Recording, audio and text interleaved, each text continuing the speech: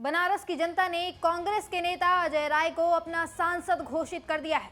जी हां, सही सुन रहे हैं आप। वाराणसी ने नरेंद्र मोदी को अपना सांसद मानने से इनकार कर दिया है और कांग्रेस के अजय राय को अपना सांसद चुन लिया है। ढोल नगाड़ों के साथ अजय राय का स्वागत किया गया और पीएम मोदी के खिलाफ जमकर नारेबाजी हुई है। साथ ही बीजेपी पर वोट चोरी के गंभीर आरोप भी लगे।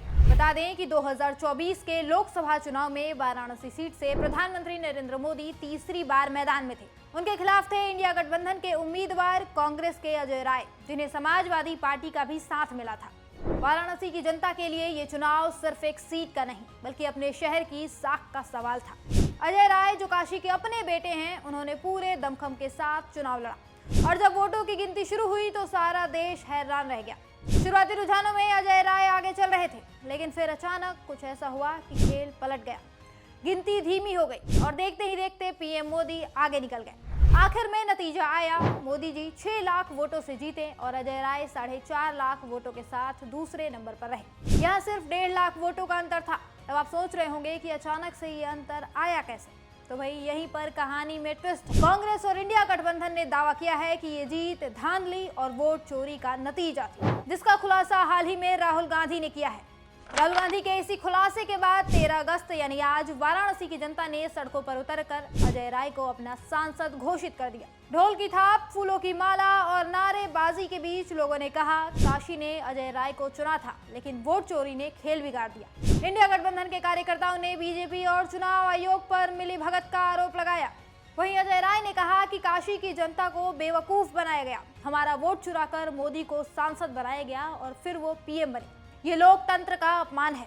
याद दिला दें कि राहुल गांधी ने इस मुद्दे को जोरों शोरों से उठाया है। 7 अगस्त को उन्होंने प्रेस कॉन्फ्रेंस में खुलासा किया कि 2024 के चुनाव में 80 से ज्यादा सीटों पर धांधली हुई। उन्होंने सबूत पेश किए, जैसे कर्नाटक और वाराणसी की वोटर लिस्ट में एक ही नाम कई जगह दर्ज था। उदाहरण के तौर पर एक विशाल सिंह का नाम कर्नाटक और काशी दोनों जगह वोटर लिस्ट में था और उसने वाराणसी में वोट भी डाला।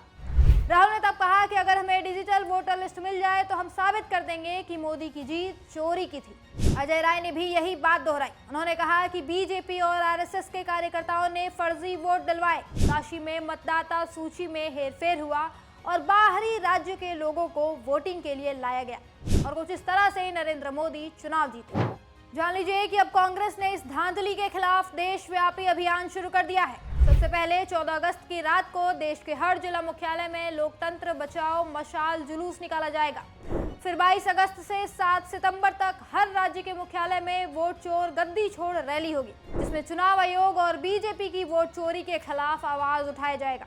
इसके बाद 15 सितंबर से 15 अक्टूबर तक पूरे देश में हस्ताक्षर अभियान चलाया जाएगा, जिसमें लोग चुनाव आयोग से पारदर्शी वोटर लिस्ट की मांग करेंगे।